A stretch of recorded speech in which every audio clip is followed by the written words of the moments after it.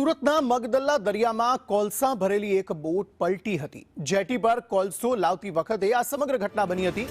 મધ્યદરિયે boat પલટી જતા અફરાતફરીનો માહોલ સર્જાયો હતો।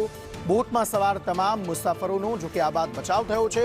જે સામાન બોટ પર રાખવામાં આવ્યો હતો, જે કોલસો રાખવામાં આવ્યો હતો બોટમાં, તે દરિયાના પાણીમાં તમામ વસ્તુઓ ગરકાવ થઈ છે। જોકે જે ક્રૂ મેમ્બર્સ હતા, કેટલાક મુસાફરો હતા, એ મુસાફરોનો આ બાદ બચાવ થયો છે।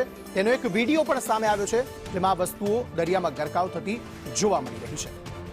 જયેન્દ્ર પાંડે આ અંગે વધુ માહિતી આપી રહ્યા છે। જયેન્દ્ર, જણાવશો શું વધુ વિગતો?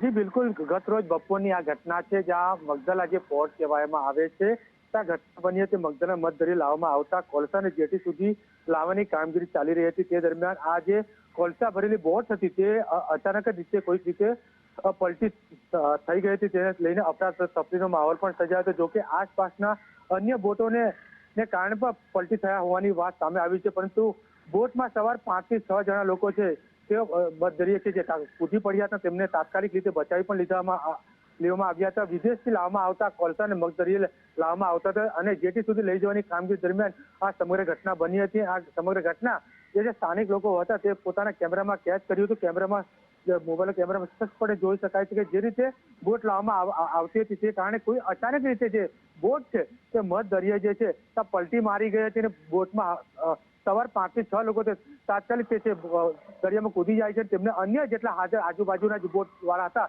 તેઓ પણ તેમને બચાવવા માટે કૂદી જાય છે, પરંતુ આ સમગ્ર ઘટનામાં કોઈ પ્રકારની જાનહાની થઈ નથી। સમગ્ર મામલે તપાસ પણ કરવામાં આવશે કે બોટ કઈ રીતે પલટી મારી ગઈ, કે જે બંદરિયા પોર્ટ છે ત્યાં સતત જે છે કોલસાનું અવરજવર થતું હોય છે, વિદેશથી લાવવામાં આવતું હોય છે કાંઠે ઇન્ડસ્ટ્રી માટે। આ તમામની સમગ્ર બાબતે આગળની તપાસ કરવામાં આવશે।